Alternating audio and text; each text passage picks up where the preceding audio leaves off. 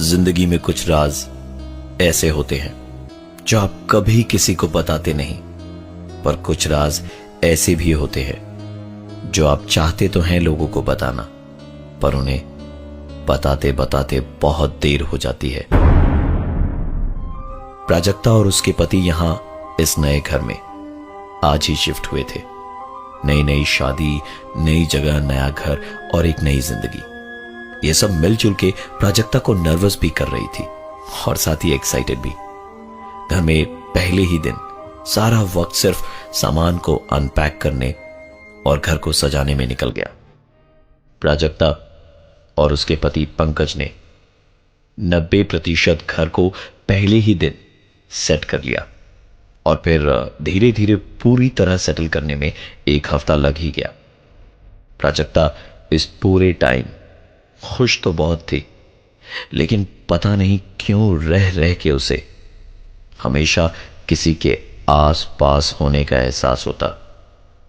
कभी ऐसा लगता कि कोई साथ साथ पीछे चल रहा है, तो कभी ऐसा लगता जैसे कोई बगल वाले कमरे में गुनगुना रहा है।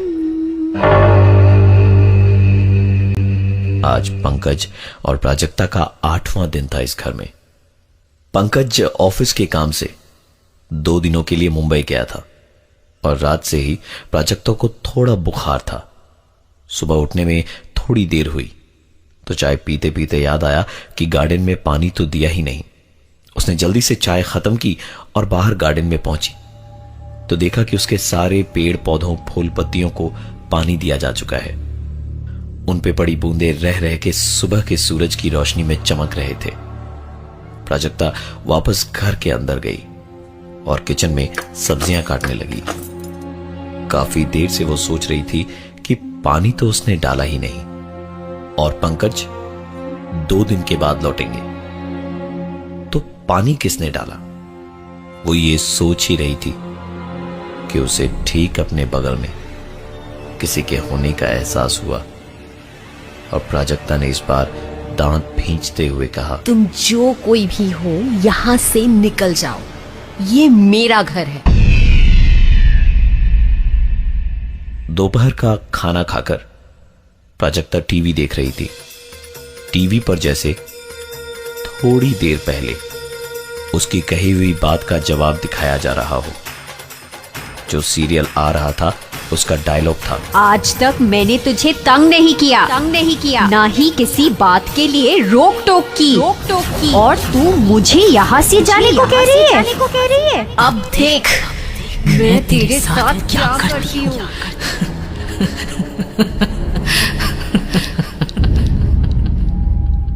ये आखिरी शब्द प्राजक्ता ने ठीक अपने कानों में सुने, जैसे कोई उसके पीछे से बोल रहा हो।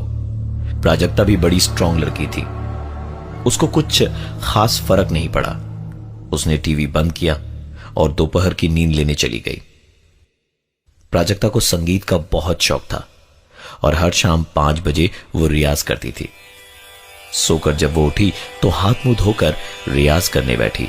सारे गामा पा नी सा। इसके आगे जो हुआ वो प्राजक्ता जैसी स्ट्रांग लड़की को भी सहमा गया। उसकी गाई सरगम का जवाब जिसने भी दिया, उसकी सांसें प्राजक्ता को अपने चेहरे पे महसूस हुई और उसी ने ये धुन भी गुनगुनाई।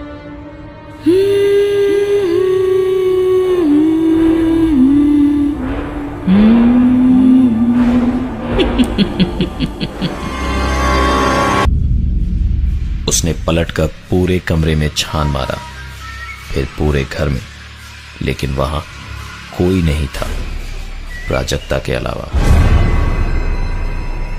प्राजक्ता ऐसी बातों पे डर के चीख पुकार मचाने वालों में से नहीं थी। उसकी रोजमर्रा की जिंदगी पे कोई फर्क नहीं पड़ा था इस बात का।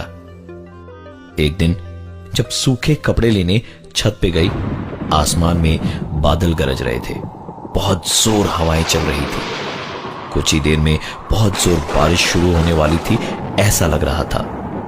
उसने अपनी साड़ी तार से उतारने के लिए जैसे ही हाथ आगे बढ़ाया कि उसकी साड़ी हवा में उड़कर उस बांस पर जा अटकी जिससे ये तार लगा हुआ था। दूर से देख के ऐसा लग रहा था जैसे साड़ी बांस पे नहीं बल्कि किसी के चेहरे पे फंसी हो। प्राजक्ता ने हाथ बढ़ा के साड़ी को छुड़ाने की कोशिश की तो उसके हाथ पे किसी के जोर से फूंकने की उसे गर्माहट महसूस हुई। प्राजक्ता साड़ी वहीं छोड़ के वापस दौड़ी, छत का दरवाजा बंद किया और नीचे अपने कमरे में पहुंची तो बेड पर आंखों के सामने थी वही साड़ी जो छत पे अटकी हुई थी और बकायदा तह करके रखी हुई थी। पर अगर वो साड़ी यहां थी तो ऊपर कौन सी थी? प्राजक्ता तुरंत उठ के वापस छत की ओर दौड़ी। जाके देखा तो साड़ी अब भी वहीं थी। प्राजक्ता को न जाने क्या सूझा कि उसने माचिस जलाई और उस साड़ी में आग लगा दी। प्राजक्ता नीचे अपने कमरे में आई तो देखा कि बिस्तर पर तह करके रखी हुई उसकी साड़ी बुरी तरह से जली और झुलसी और कुचली पड़ी थी और पीछे से किसी के हंसने की आवाज आ रही थी।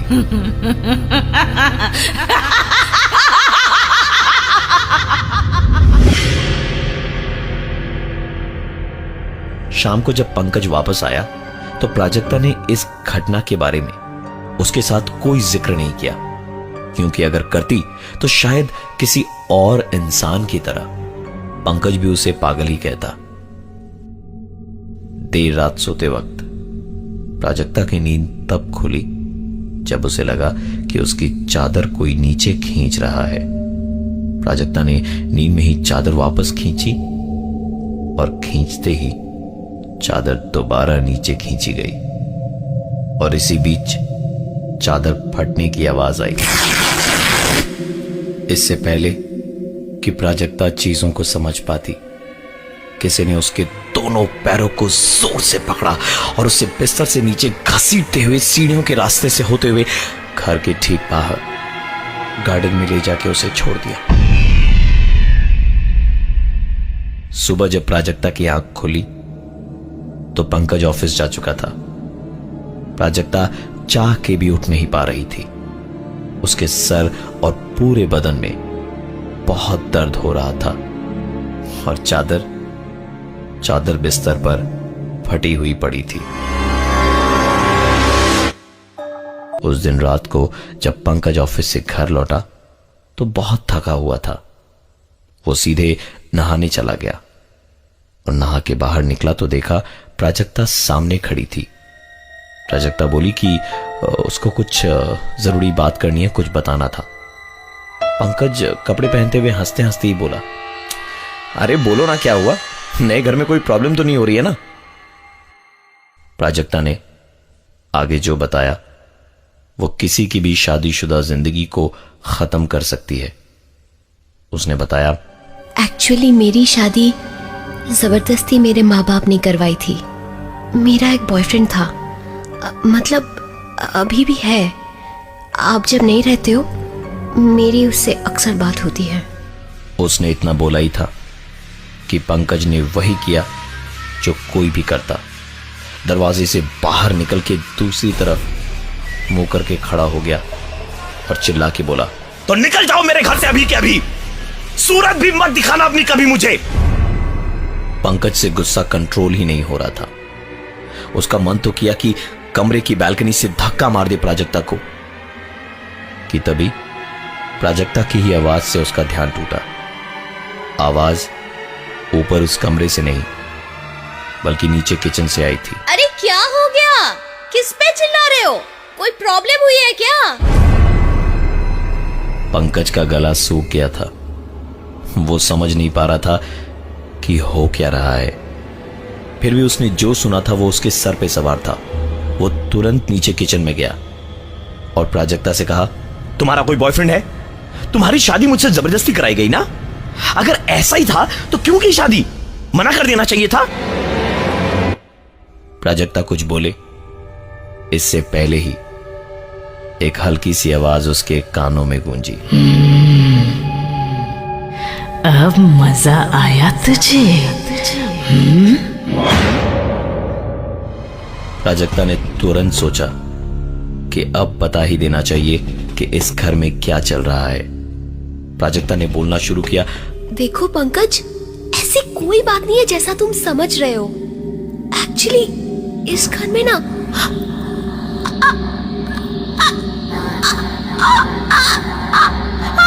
बोलते बोलते वो बीच में ही अटक गई। प्राजक्ता चाह कर भी आगे कुछ नहीं बोल पा रही थी। प्राजक्ता जिद्दी तो थी, इसलिए उसने फिर बोलने की कोशिश की। पंकज, क्या है ना इस घर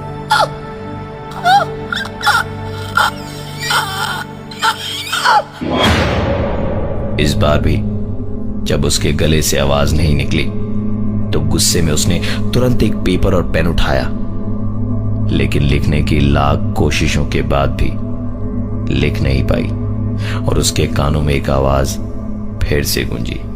तू लाख कोशिश कर ले, पर मेरे बारे में ना तो तू किसी को बता पाएगी और ना लिख पाएगी।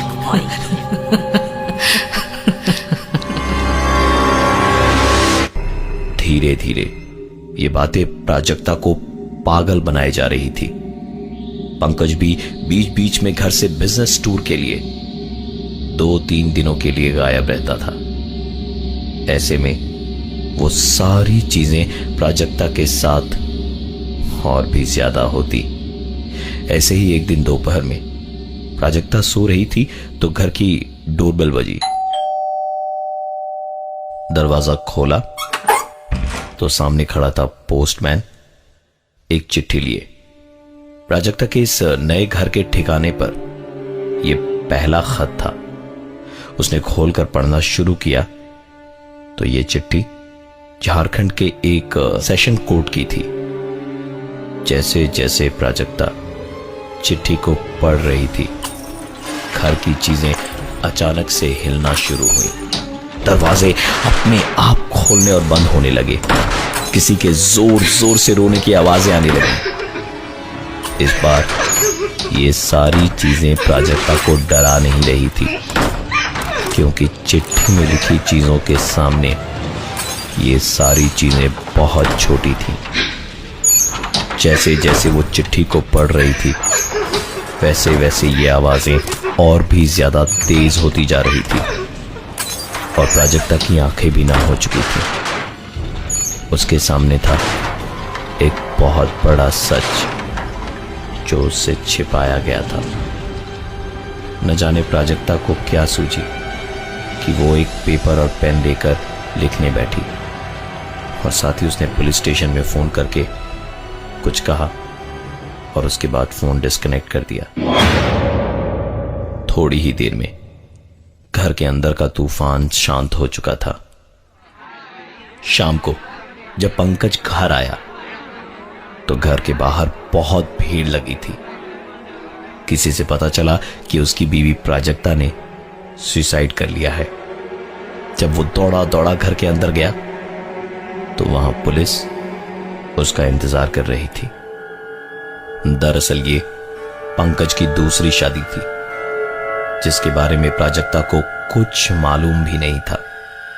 पंकज की पहली बीवी ने पंकज की हरकतों और उसके किसी और से अफेयर होने के गम में सुसाइड कर लिया था। पंकज पर इस जुर्म में केस भी चला, पर वो चिट्ठी जो प्राजक्ता ने पढ़ी थी वो कोर्ट की ही चिट्ठी थी, जिसमें लिखा था कि इस केस को क्लोज किया जा रहा है और पंकज को बाइज्जत बरी किया गया है। प्राजक्ता ने मरते वक्त एक सुसाइड नोट लिखा था, जिसमें उसने लिखा कि मुझे मेरे पति की सच्चाई मालूम चल चुकी है और मैं ये चीज बर्दाश्त नहीं कर सकती। शायद लोगों को लगे कि मैं पागल हूं, पर मुझे यकीन है कि इस घर में मुझे परेशान करने वाली आत्मा पंकज की पहली बीवी की ही है। मेरी मौत का जिम्मेदार कोई और नहीं बल्कि मेरे पति पंकज ही हैं, जिन्होंने इतनी बड़ी बात मुझसे छिपाई। पंकज पर फिर से एक केस शुरू हुआ और इस बार उसे 10 साल की जेल हुई।